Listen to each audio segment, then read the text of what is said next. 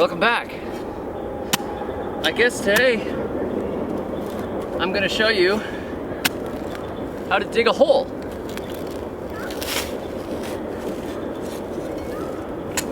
Step 1. Determine where you want to dig your hole. Holes can be dug in all kinds of places. Some are better than others. If you dig directly over a power line, it's considered an inappropriate place to dig a hole.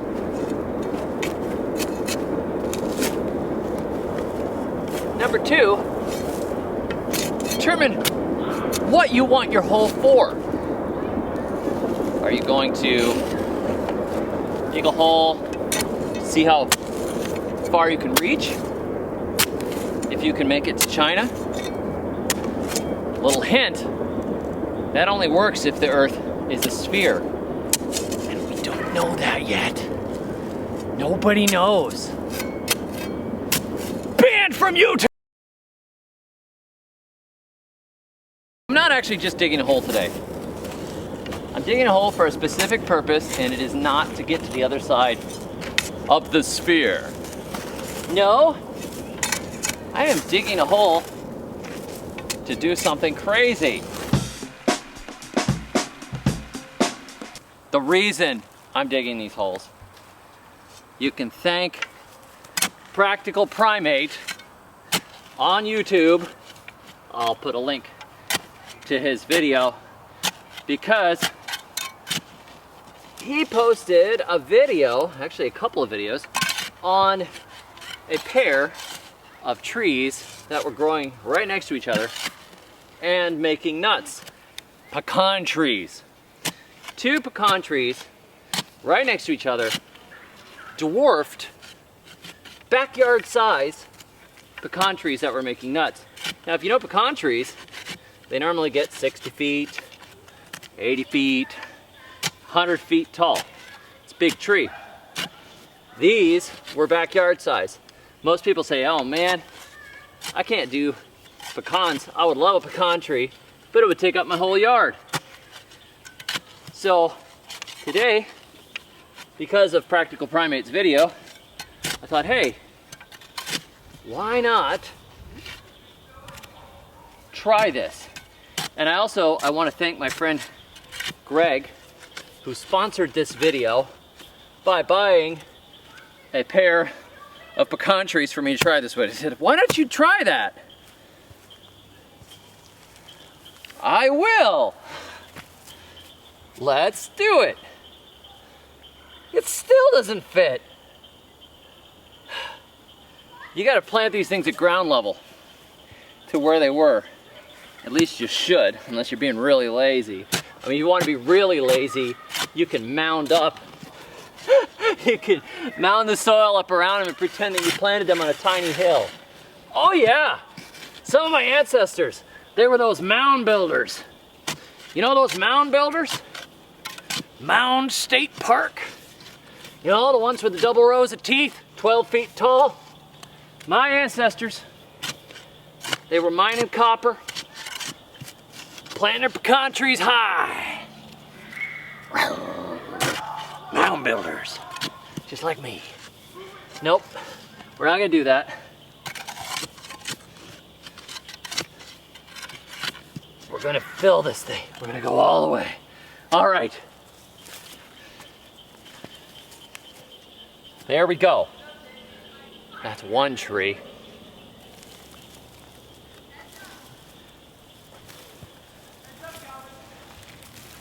Ideally, you would have 2 different varieties of pecan to do this with. Unfortunately, all we could find were Elliott pecans. And I was told by the person at the feed store where I picked these up, where Greg had left them actually for me to pick up. He'd reserved them for me. They told me that this tree will self-pollinate, but everything that I find online says that they need a pollinator. And even, you know, maybe true that they self-pollinate, but it's better to mix up varieties anyhow, because even self-pollinators usually do better when they have a different variety nearby to share the pollen.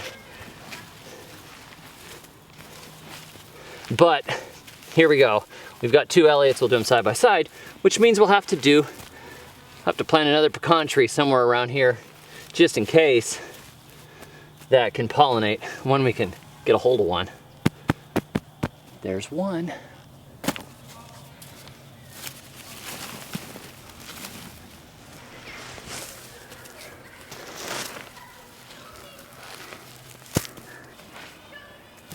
Now, why would you want to do this? Well, as I said, you can make the trees grow in a smaller space. And the reason why is because being so close to each other, they fight. They dwarf each other. The root competition should lower the size. Now, you're gonna have to stay on top of it, of course, because one of these trees is gonna end up being more vigorous than the other. And that vigorous tree will often overgrow the other one and knock it out. And you don't want that to happen. What you want to happen is the trees to grow kind of like a double trunk tree without one taking dominance over the other. So this is going to require some pruning and training over time. And this is not something that anybody normally does with pecans, which is why it's so amazing. I think if you could get backyard orchard culture pecans, it would be a fantastic thing for small yards. Imagine having a pecan tree, a double trunked or a triple trunked even, pecan tree that tops out at maybe 8 or 10 feet instead of 60 or 100. Put it over here, put a couple of small trees over here, put your gardens over there, and you don't worry that the pecan tree is going to grow over time and cover your whole backyard. There's a lot of promise in this. So, hey, we got to try it. For my next trick, I'm going to dig another hole. This time, we're not going nuts. That's a joke because the previous one was pecans. No.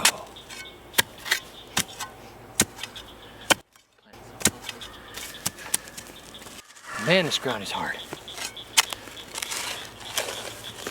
Even with my little sharp shovel, it's really compacted. I don't know how those mound builders did it. I think that they had backhoes, honestly. I think they had backhoes. Snake mound, have you seen that? Backhoe. Ancient backhoe. Maybe even antediluvian backhoes. I'll put a link to the Book of Enoch below. Well, this one I dug a little deep. We've got plums here. We're going to plant 3 plums in a single hole. This is a Shirley plum.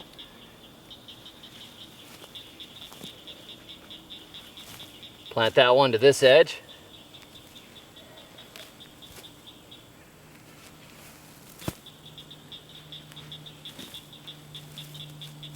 All right, you stay there. This is a AU roadside plum. Maybe that's Auburn.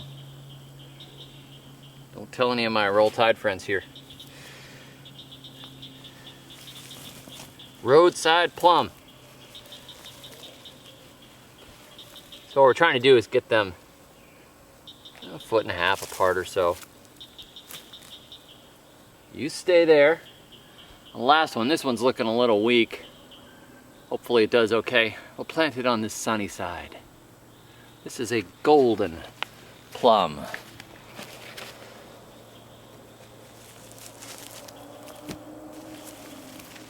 I hope you live.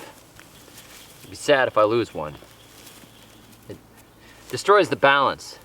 There is a balance in the number 3. If you know anything about graphic design or the Book of Enoch, you know that there's a balance in 3s.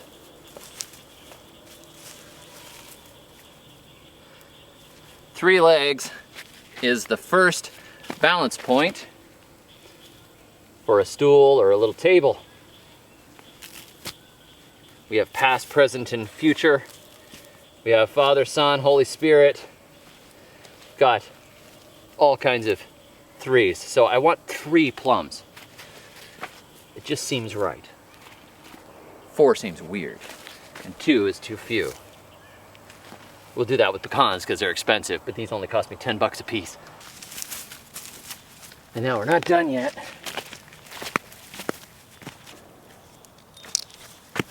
We're gonna do something else. We're not done until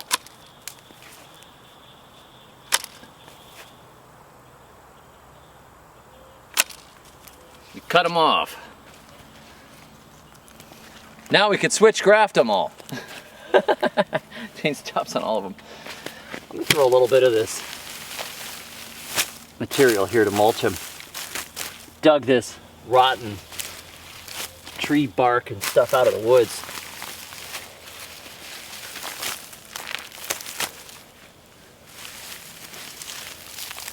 Trees love being mulched.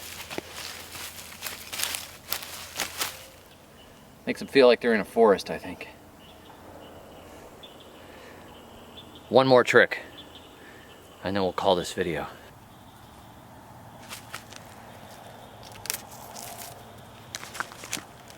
For my third and final trick, keeping to the theme of balancing in 3s, but not precisely because I'm just planting 2 this time. Third demonstration, 2 trees. It's gonna drive some numerologist crazy. I think that he's giving us messages. All right, these are Chinese chestnut trees, and we are going to double plant Chinese chestnut. Isn't that fun? Chestnuts are actually a really great tree, and they produce quickly, quicker than pecans. They have a nice flavor. Good starch profile, comparable to wheat, I have heard.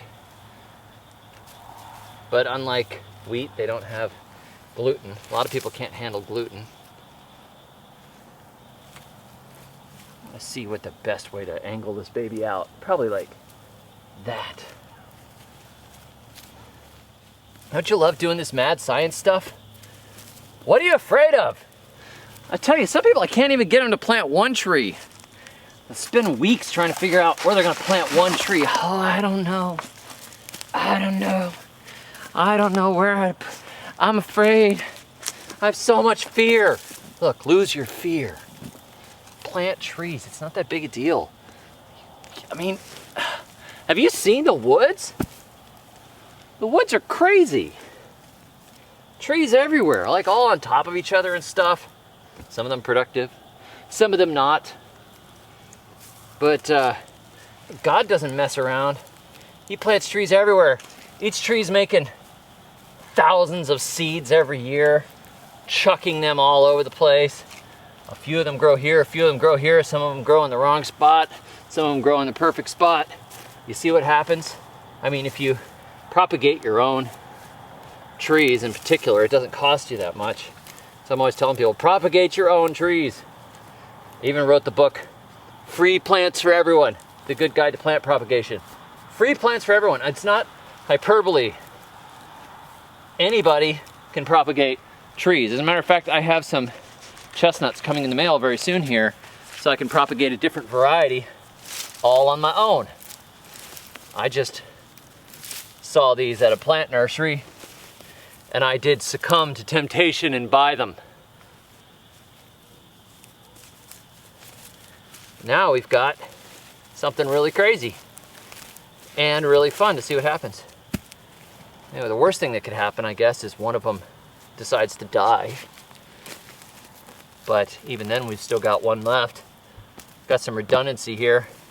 And the nice thing about this, having 2 trees right next to each other like this, not only is it potentially dwarfing, meaning it might keep them smaller for an average backyard, it also means that they will pollinate each other very easily in the same spot that you might have one tree, you've got two trees. So instead of planting two in your yard that are going to get really big in order to have pollination, because you gotta have pollination, you've got two trees right next to each other, and it becomes the equivalent of having a single self-pollinating tree. Now, if you're real clever, there's another way you can do this, and that is plant a single chestnut tree and then graft on a branch or a couple of branches from another individual, and then you have branches that have different blooms genetically, and it becomes a self-pollinating tree. But this is just a crazy thing to do, and I've wanted to do it for a long time.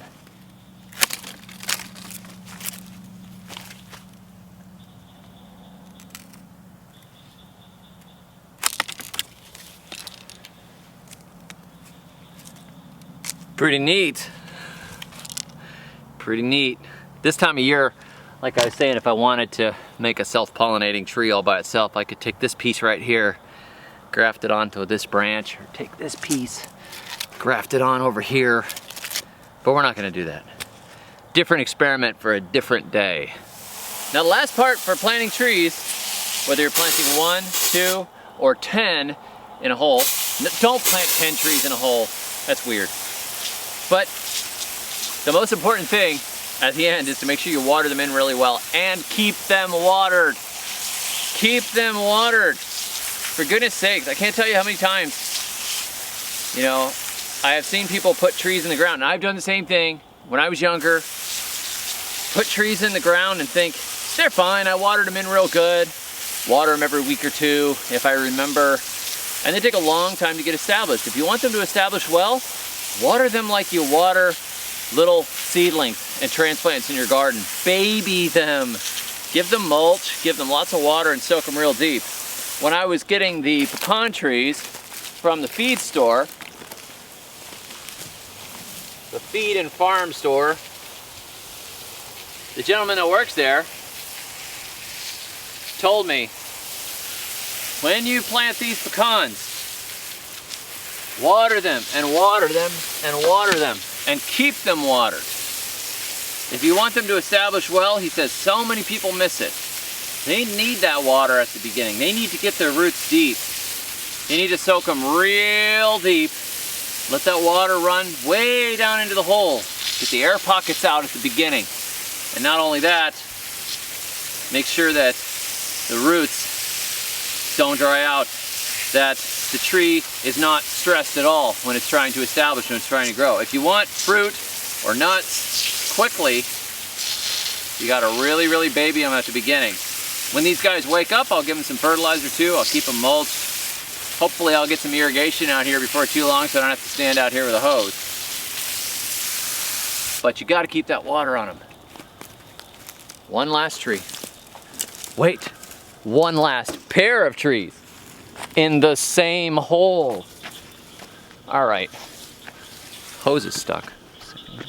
Make sure you drag branches with your hose across your yard. This is part of it. Can you see that? Can you see that?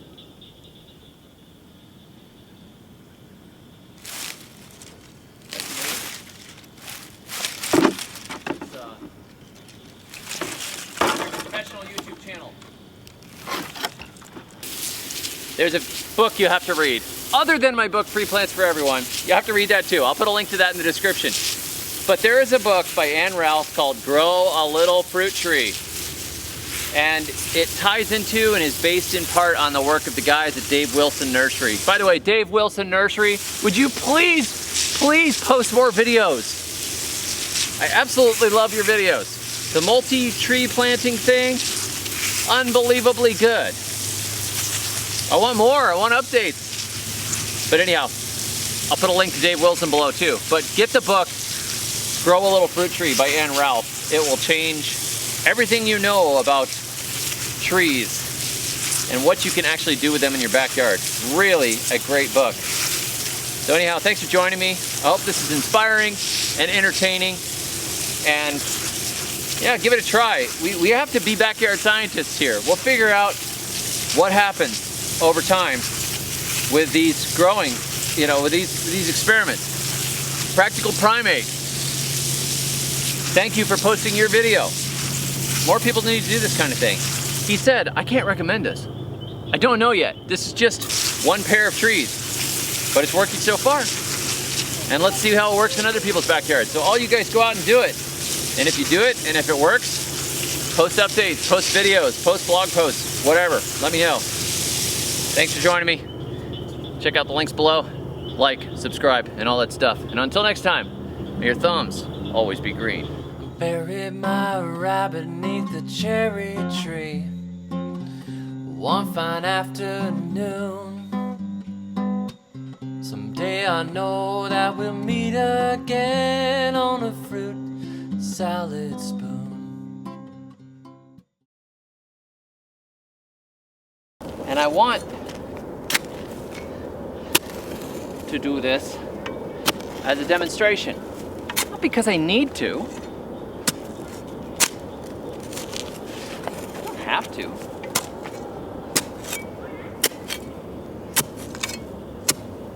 Shucks. We'll do that with pecans because they're expensive, but these only cost me 10 bucks a piece. Professional YouTube channel. Good. There we go. The permaculture way.